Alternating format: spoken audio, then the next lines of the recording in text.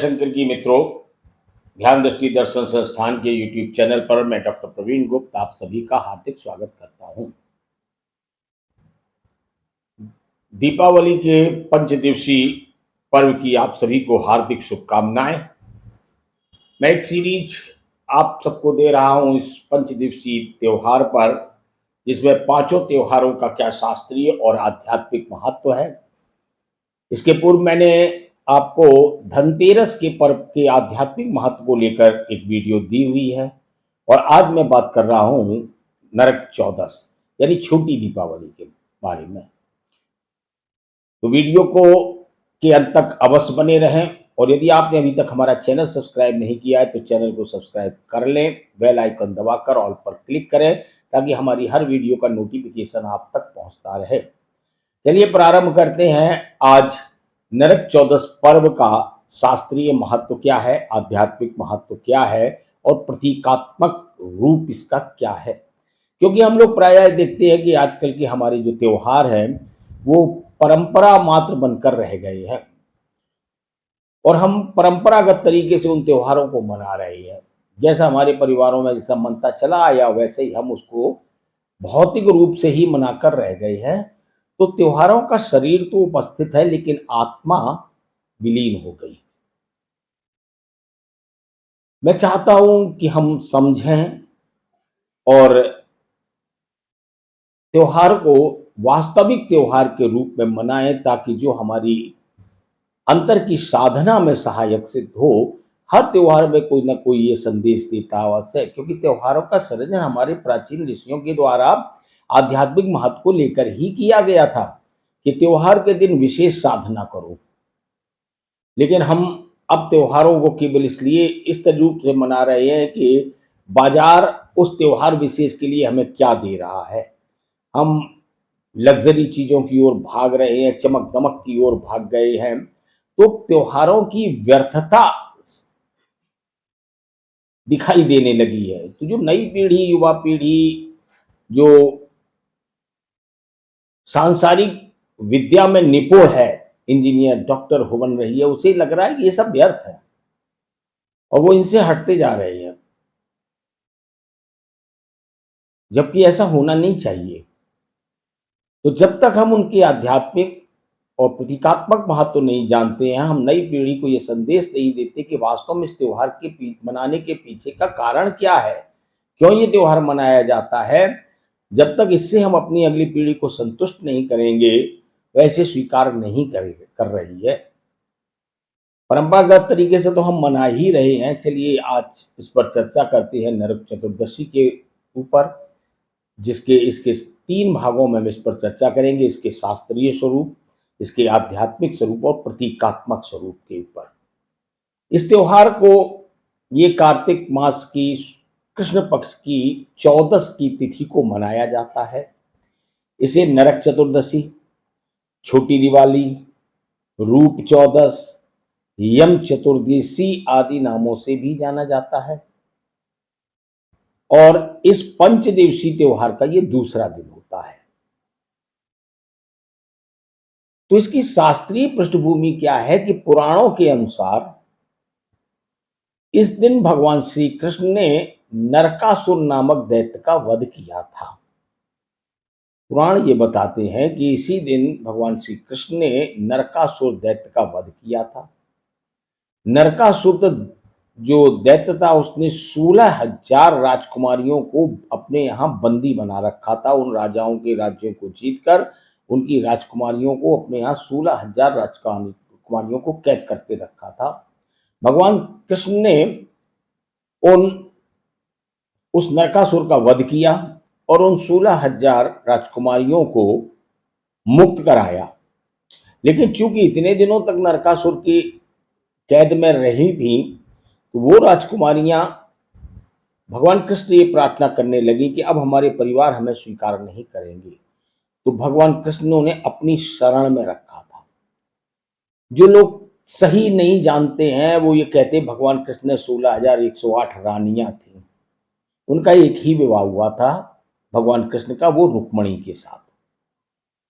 ये जो 16,000 राजकुमारियों को भी उनके विवाह से जोड़ देते हैं, ये सोच सही नहीं है। उनको अपनी शरण में लिया था, क्योंकि जब जिसको सारी दुनिया ठुकरा देती है, कोई स्वीकार करने को तैयार नहीं है, परमात्मा उसको भी अपनी शरण में लेता है। जब राजकुमारियों ने कहा कि हमारे परिवार अब हमें स्वीकार नहीं करेंगे, तो हम कहाँ जाएंगे, तो वो कहीं समाज में भटक कर पथभ्रष्ट न हो जाएं, इसलिए भगवान ने उन्हें अपनी शरण में लिया था। वो भगवान की परम भक्त थीं, वो 16,000 राजकुमारियां। तो ये इसी दिन 14 के दिन पुराणों के अनुसार भगवान कृष्ण ने नरकासुर का वध किया था, इसलिए इसको नरक विजय या असुरता पर दैवत्व की विजय के रूप में भी मनाते हैं। इस दिन पाप, तमस और अज्ञान रूपी नरक से मुक्ति का प्रतीक है ये पर्व।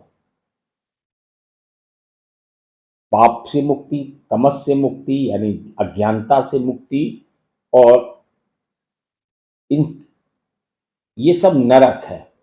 पाप भी नरक है, तमस भी नरक है, और अज्ञान भी नरक ही है। इनसे मुक्ति का पर्व है। उसका संदेश देता है कि अपने जीवन से इस दिन आपको इनको निकालना, इन पर विजय प्राप्त करनी है। तब इस नरक चतुर्दशी को मनाने का कोई महत्व है। हम आप कैसे मनाते हैं, बस एक घर के पनाले पर एक दिया जला देते हैं, बस हो गई नरक चौदस। ऐसा नहीं है। ये प्रतीक है, अपने अंतर के अंधकार को मिटाओ, अपनी अज्ञानता को मिटाओ। दीप जलाने का हमेशा प्रतीक है। दीप जलाने का मतलब है ज्ञान को प्रकाशित करो अपने अंतर में। दीप जलाने का एक ही महत्व होता है, दीप प्रज्वलित करना, यानी ज्ञान के प्रकाश को प्रज्वलित करना, यानी अपने अंतर में ज्ञान को प्रकाशित करना।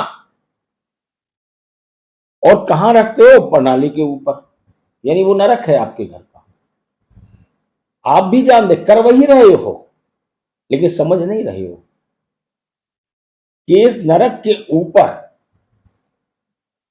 दीप प्रज्वलित कर रहे हैं, यानी अपने भीतर जो नरक, पाप का, अज्ञानता का, तमस का नरक है, उसको समाप्त कर उसके स्थान पर ज्ञान का दीप प्रज्वलित करना है, देवत्व का दीप प्रज्वलित करना है, ज्ञान का दीप प्रज्वलित करना है। ये है इसका महात्मा।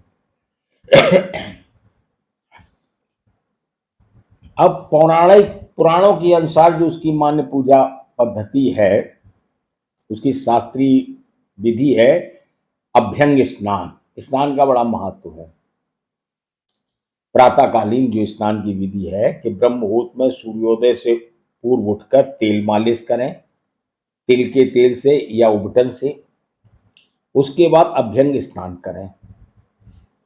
शास्त्रों में कहा गया है नरक चतुर्दश्याम तु स्नानम पाप नाशनम। इस स्नान से सभी पाप धुल जाते हैं और नरक का भय समाप्त होता है। और स्नान के जल में थोड़ा गंगा जल, तिल और कुश डाल लें।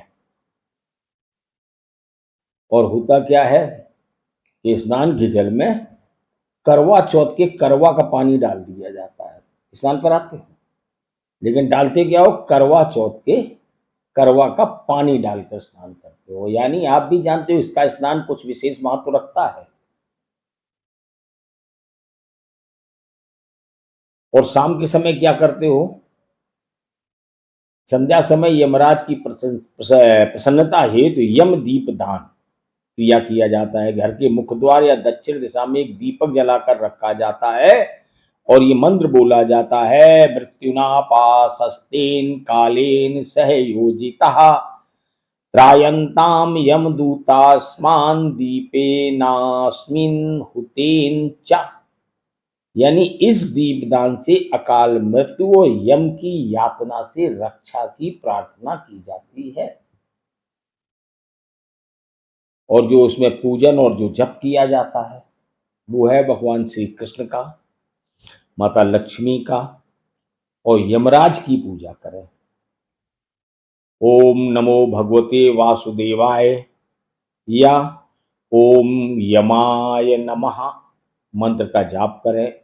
घर को दीपों से सजाएं, अंधकार का नाश करें, दान करें, भोजन या तिल, दीप, वस्त्र आदि का दान करें।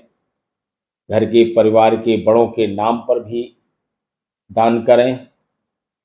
अब ये तो हो गया इसका भौतिक स्वरूप। इसका आध्यात्मिक जो गूढ़ अर्थ है इस पर्व का, वो क्या है? नरकासुर क्या है? नरकासुर है हमारे भीतर का अंधकार, हमारे भीतर का नरक, अज्ञानता का अंधकार, विकारों का अंधकार, काम क्रोध लोभ मोह घृणा ईर्ष्या द्वेष वध मत्सर आलस्य अविद्या, ये सब नरक है। ये है नरकासुर हमारे अंतर का। ये राक्षस कोई बाहरी राक्षस नहीं है, बल्कि भीतर का अज्ञान काम क्रोध लोभ मोह ही नरकासुर है। और जब भगवान श्री कृष्ण अर्थात आत्म ज्योति, जब आप आत्मज्ञान प्राप्त करते हैं, अंतर में प्रकाश प्रकट होता है, तो ये नरकासुर मरता है। ये काम क्रोध लोभ मोह घृणा, ये सारे विकार, ये सारा जो नरक है, ये अपने आप, इनका ये अंधकार है, जैसे ही प्रकाश हुआ ये अपने आप समाप्त हो जाता है। तो आत्मज्ञान प्राप्त करने का संदेश देता है ये पर्व, कि अंदर के नरकासुर को मारने के लिए अंतर में ज्ञान का दीप जलाओ, प्रज्वलित करो, भीतर से प्रकाशवान बनो। अभ्यंग स्नान है आत्मशुद्धि का प्रतीक। इस स्नान से कुछ नहीं होगा, आप अंतर का आत्मशुद्धि करिए, मन को निर्मल बनाइए, मन को शुद्ध करिए। तेल और उपटन से शरीर का मैल हटता है, लेकिन मन का मैल कैसे हटाओगे? ये तेल उपटन जो करते हो, ये प्रतीक है मन का मैल मिटाने का। और ये अंतःकरण का स्नान करिए, और वो किससे होता है? क्षमा, करुणा, विवेक, विनम्रता, प्रेम, दया, सबके कल्याण की भावना, इनसे अंतर के अपने मन को स्नान कराओ, मन को शुद्ध करो। ये है अंतर का स्नान। दीपदान प्रतीक है आत्म ज्योति प्रज्वलन, अपने अंदर ज्ञान की दीप को जलाना। यमदीप का अर्थ केवल यमराज से रक्षा नहीं, बल्कि अंतःकरण में चेतना का दीप जलाना है। जब भीतर विवेक का दीप जलता है, तो मृत्यु का भय समाप्त हो जाता है। मृत्यु का भय समाप्त करना ही यमराज की आराधना है। अभी मृत्यु के भय से डरा हुआ है हर प्राणी। और कौन मुक्त होता है? जो आत्मस्वरूप को पहचान लेता है, जो आत्मज्ञान कर लेता है, वही केवल जो है यम से मुक्त होता है, वही मृत्यु से के भय पर विजय प्राप्त कर पाता है। शेष जो शरीर भाव में जीते हैं, वो तो सब मृत्यु के भय में जीते हैं। तो मृत्यु को तो सीखना ही पड़ेगा।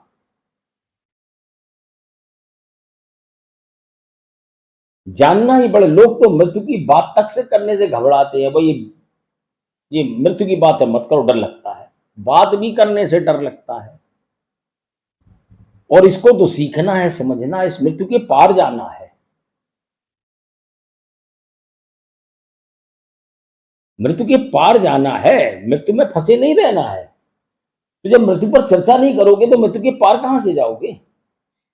जब जीवा जान लेता है कि मैं आत्मा हूं, जो अजर अमर अविनाशी है, जिसका ना कभी जन्म होता है ना मरती है, वो ना कोई इसे मार सकता है, अभय हो जाता है कि मैं तो मर ही नहीं सकता, हम ना मरे, मरी है संसारा, हमको मिला जियावन हारा। यानी गुरु मिल गया, जिसने मुझे आत्मज्ञान करा दिया, और मैं जान गया अब हम नहीं मरेंगे।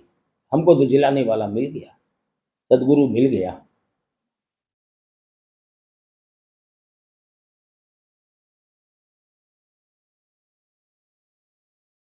तो ये दीपदान का अर्थ है कि अंदर का प्रकाश जब जो है अंतर की ज्योति प्रकट होती है, अंतर ज्ञान का प्रकाश प्रकट होता, आत्मा में ज्ञान का प्रकाश, मन का आत्मा से मिलन होता और ज्ञान प्रकाशित होता है।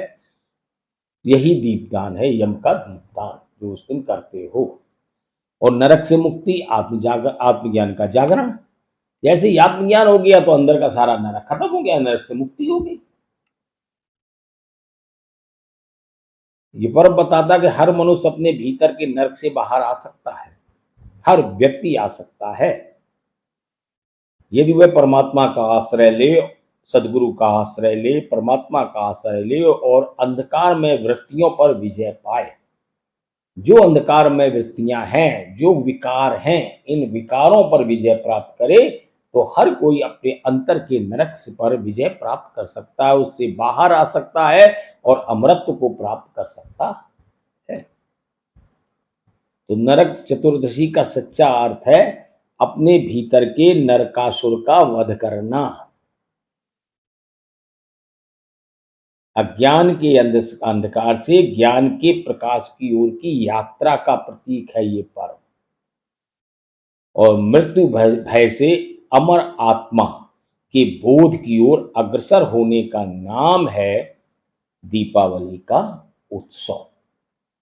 आशा करता हूं आपको बात अच्छी लगी होगी।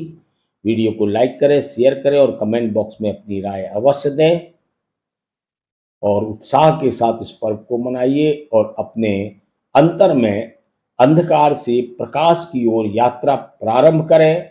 हम आपके साथ हैं। कल पुनः मिलेंगे अगली वीडियो के साथ, जिस पर हम दीपावली पर्व की चर्चा करेंगे। तब तक के लिए आप सभी को सप्रेम जय शंकर और सतगुरु भगवान के श्री चरणों में प्रणाम।